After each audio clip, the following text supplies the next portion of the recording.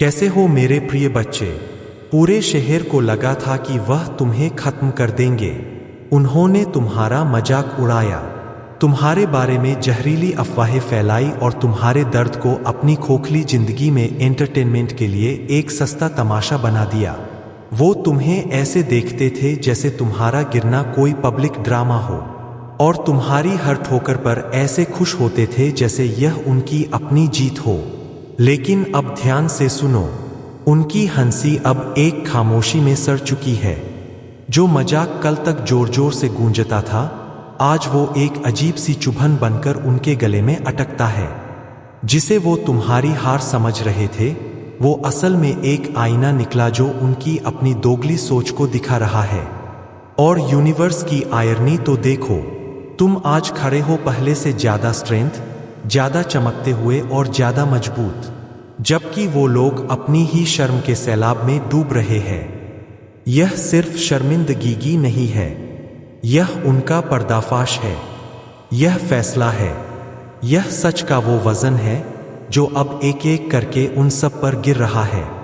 क्योंकि जिसे वह तुम्हारा अंत मानकर चल रहे थे, वह असल में उनकी पब्लिक बेइज्जती की शुरुआत बन गया, और इससे बचने का कोई रास्ता नहीं है।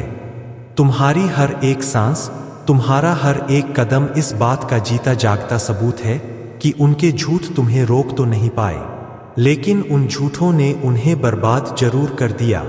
सुनो, अगर तुम्हें लगता है कि यह शब्द तुम्हारी रूह में एक आग जला रहे हैं, तो यह तुम्हारा मोमेंट है दुनिया को बताने का कि तुम जाग चुके हो।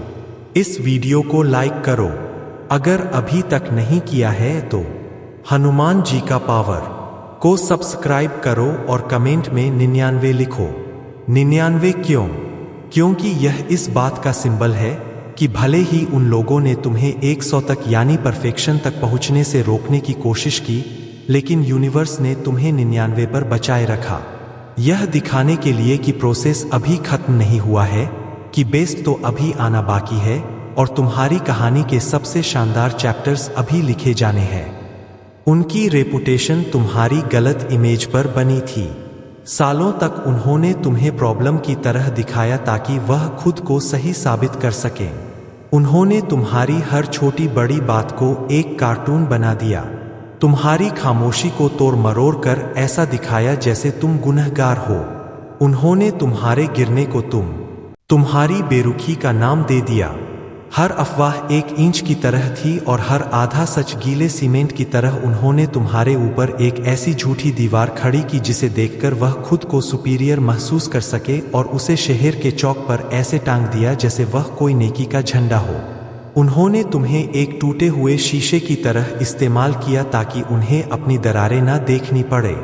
उन्होंने तुम्हारे नाम से एक किरदार बनाया, एक काम चलाओ भूत, तुम्हारा एक ऐसा कमजोर वर्जन जो उन्हें वैसे ही बने रहने की इजाजत देता था, और इस दौरान लोग उनके लिए तालियां बजाते थे। किचन में, ऑफिस के गलियारों में, मासूम से दिखने वाले चैट ग्रुप्स में जहां हमदर्दी सस्ते में बिकती थी और मजाक उड़ाने पर इंटरेस्ट मिलता था। वह अपनी कायरता को समझदारी कहते थे, अपनी गॉसिप को चिंता कहते थे और अपने जल्दबाजी में लिए फैसलों को पारखी नजर कहते थे। उनके पास एक स्क्रिप्ट थी जिसमें तुम्हारा हारना तय था ताकि उनकी इज्जत बढ़ सके। लेकिन सच्चाई कोई साइड एक्टर नहीं होती। सच्चाई को छोटे मोटे रोल पसंद नहीं। सच्चाई सामने आई और वह उस किरदार से बिल्कुल मेल नहीं खाती थी जो उन्होंने बनाया था। तुम्हारे रिजल्ट्स उनकी झूठी कहानियों को गलत साबित करने लगे। तुम्हारी कंसिस्टेंसी उनकी बनाई हुई स्क्रिप्ट्स के आर पार निकल गई, उस रोशनी की तरह जो आने से पहले परमिशन नहीं लेती। तुम्हारे नतीजों ने वहां ऊंची आवाज में बात की जहां उनका ड्रामा सिर्फ कान्हा पूछी कर रहा था। अचानक जो कहानियां वह सुनाते थे वो सामने दिख रहे सबूतों से मैच नहीं कर रही थी। तुम्हारी आंखों में चमक, वो शांति जिसे वह तोड़ नहीं पाए, और वह तरक्की जिसे वह रोक नहीं पाए। और जब हकीकत अफवाहों का साथ नहीं देती तो अफवाहें खुद ब खुद ढह जाती है। धीरे धीरे उनकी उधार की इज्जत की दीवार से एक एक करके ईंटें गिरने लगी जिसे वह अपना असर कहते थे। वो असल में तुम्हारी कथित हार पर इमोशनल डिपेंडेंसी थी। जिसे वह अपना क्रेडिट कहते थे, वो झूठ का कर्ज था। तब उन्हें एहसास हुआ कि उनकी यूनिटी सच्चाई पर नहीं बल्कि एक कॉमन दुश्मन को शेयर करने पर टिकी थी। तुम्हारी सक्सेस ने उनसे वो ग्लू छीन लिया और अब वो आईने के सामने अकेले खड़े हैं। तुम्हारी झूठी इमेज के बिना वो है कौन? उनकी अथॉरिटी का क्या बचा अगर उन्होंने उसे तुम्हारी एक झूठी परछाई से खुद को कंपेयर करके बनाया था? दर्द यही होता है क्योंकि असलियत बनाई नहीं जाती, जी जाती है, और तुमने उसे जिया है। तुमने चीख चीख कर सफाई नहीं दी, तुम हर किसी के पीछे आग बुझाने नहीं भागे, तुम खुद एक जीता जागता सबूत बन गए और सबूत बहस नहीं करता, वो बस दिखता है।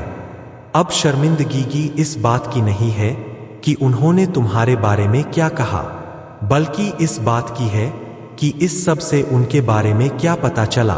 उन्हें अपनी कही हर वो बात चुभती है जो उन्होंने पूरे यकीन से दोहराई थी। वह इशारे, वो उठी हुई भौहें, वह दबी हुई हंसी सब एक अनदेखे आर्काइव में दर्ज है। उन्हें इस बात का बोझ महसूस होता है कि उन्होंने तुम्हारी इंसानियत का तमाशा बनाया। आज उनकी इज्जत ताश के पत्तों से बने घर जैसी लगती है जो तूफान में खड़ा हो।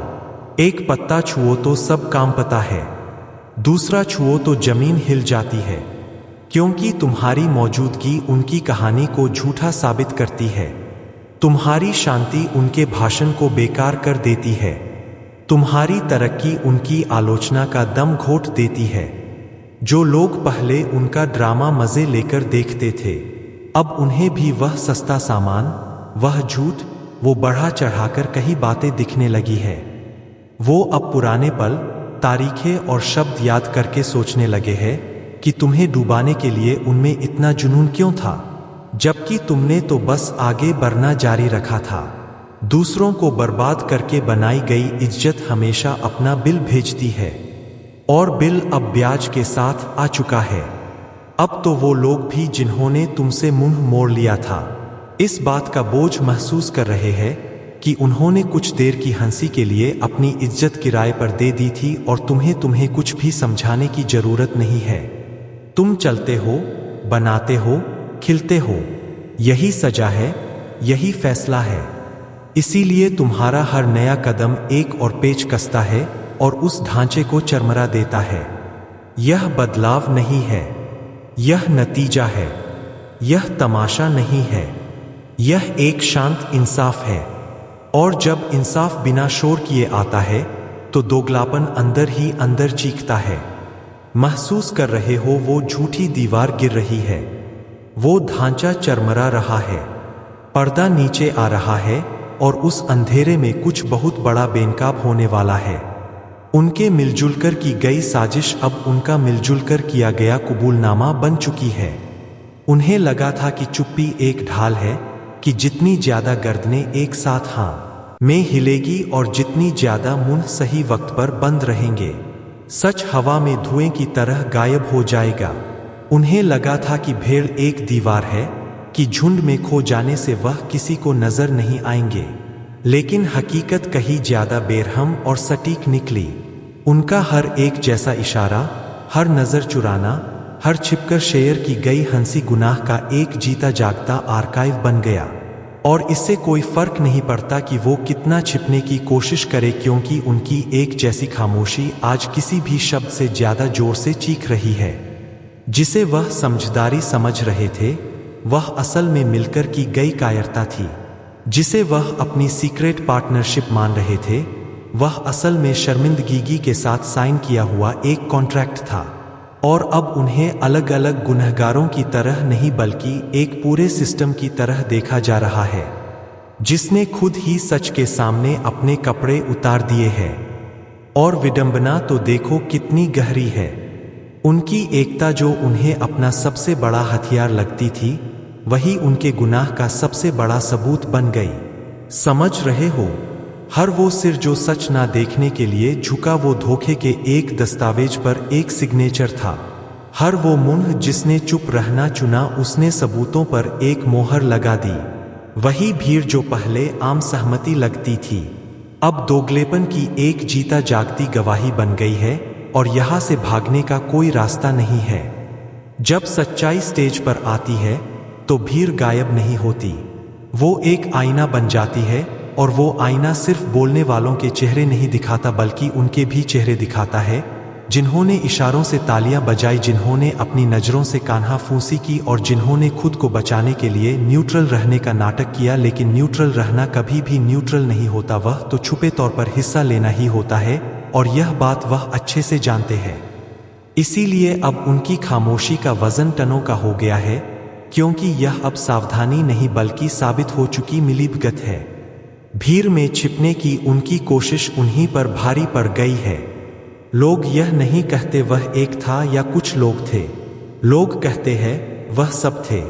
पूरा शहर था, वह पूरा शहर था जिसने नाइंसाफी को अपना मनोरंजन बनाने का फैसला किया था। और यह किसी भी अफवाह से ज्यादा दर्द देता है, क्योंकि अफवाहें तो भूल जाती है लेकिन सच के सामने मुंह फेरते हुए एक पूरे शहर की तस्वीर हमेशा के लिए रह जाती है और अब वो यादें हर तरफ बढ़ रही है। कोई भी खुद को मासूम नहीं बता सकता, कोई यह नहीं कह सकता मुझे पता नहीं था, कोई भी अपने हाथ नहीं धो सकता क्योंकि खामोशी के फिंगरप्रिंट्स हर कोने में मौजूद है।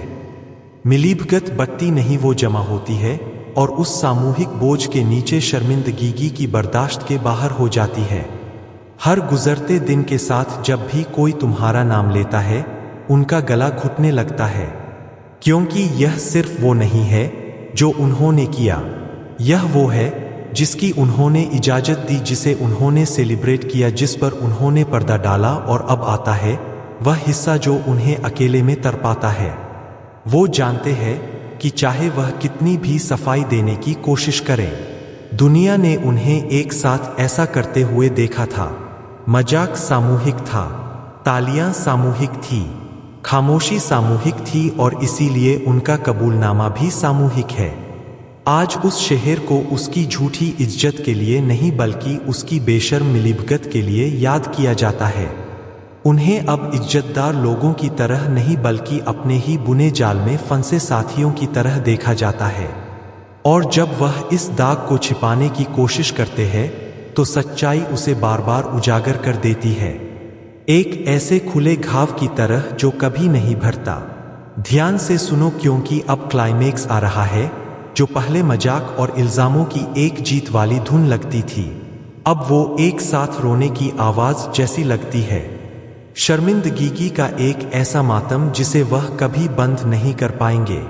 और सबसे हैरान करने वाली बात यह है कि इस बार कोई डायरेक्टर नहीं है, कोई स्क्रिप्ट नहीं है, कोई एक गुनहगार नहीं है, बस एक पूरा शहर है जो अपनी ही आवाज की गूंज से बर्बाद हो चुका है। तुम्हारे सर्वाइवल ने उनकी भविष्यवाणियों को दुनिया के सामने रखी गई एक बेवकूफ़ी में बदल दिया। उन्होंने सिर्फ छिपकर बातें नहीं की थी, उन्होंने गर्व से, घमंड से, उस गुरूर से ऐलान किया था जैसे वो किस्मत के मालिक हो कि तुम फेल हो जाओगे। उन्होंने इसे यकीन के साथ दोहराया, उन्होंने इसे यकीन के साथ दोहराया। गलियारों में इस पर चर्चा की, मीटिंग्स में इशारे किए, उन टेबलों पर इस पर हंसे जहां तुम्हारा नाम मेन्यू में था। उन्होंने मजाक की स्याही से तुम्हारे लिए एक अंधेरा भविष्य लिख दिया था, जैसे तुम्हारी कहानी कोई किताब हो जिसे वह अपनी।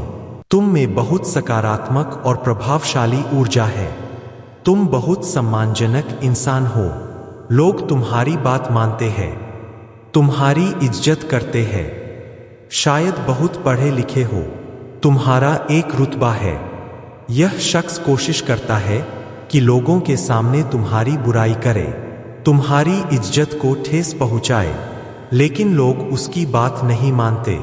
लोग कहते हैं नहीं, वह तो बहुत अच्छा इंसान है, उसका रुतबा है, अच्छे परिवार से है। यह सुनकर इसकी हालत खराब हो जाती है। यह चाहता है कि तुम्हारा सार्वजनिक रूप से मजाक बने, लोग तुम्हें इज्जत की नज़र से ना देखें, तुम्हारी हंसी उड़े। लेकिन यह सब उल्टा हो गया, सारी चीजें इसके खिलाफ हो गई। इसे कहते हैं कर्म का उलटफेर। यह अब खुद उन चीजों में फंस गया है और तबाह हो रहा है। यह इसका तुरंत कर्म फल है। तुम्हारे लिए बहुत सारी अच्छी चीजें तेजी से आ रही है। यह मुझे साफ दिख रहा है। बहुत तेजी से आशीर्वाद तुम्हारी तरफ आ रहे हैं। उस ताकत को जरूर शुक्रिया बोलो। इस संदेश को अपने लिए स्वीकार करो। तुम्हें बस ग्रहण करने की स्थिति में रहना है। अपने उस इष्ट का नाम हमेशा जपते रहो। यही वजह है कि तुम सबसे बड़ी मुसीबत से भी बच जाते हो। तुम्हें पता भी नहीं होता कि पीछे क्या क्या चल रहा है। कितनी सारी साजिशें रचते हैं तुम्हारे खिलाफ, लेकिन वह सारी चीजें काम नहीं करती। यह लोग बहुत नीच किस्म के हैं। यह तुमसे छुपकर होड़ रखते हैं। दिखाते नहीं, लेकिन बहुत ज्यादा प्रतिस्पर्धा करते हैं। तुम्हारे परिवार के हर सदस्य से होड़ करते हैं। अगर इनके बच्चे हैं तो तुम्हारे बच्चों से, अगर इनके माता पिता है तो तुम्हारे माता पिता से, हर चीज में तुमसे आगे रहना चाहते हैं। इन्हें लगता है कि तुम्हारा रुतबा, तुम्हारी इज्जत बहुत ऊंची है। लोग तुम्हारी बात मानते हैं, इसीलिए यह तुमसे इतना जलते हैं। यह कोई परिवार का ही शख्स हो सकता है जो तुम्हें बहुत पुराने समय से जानता है, लेकिन हर बार यह अपनी ही चाल में फंस जाता है। फिर भी इसे अक्ल नहीं आती। बिल्कुल बेवकूफ इंसान है। इसे समझ ही नहीं आता। तुम हमेशा जीतते हो। इस बार भी तुम्हारी जीत हुई है। इतनी सारी साजिशों के बाद भी तुम किसी कानूनी पछड़े में नहीं फंसे और नहीं फंसोगे। उल्टा ये सारी चीजें इसके खिलाफ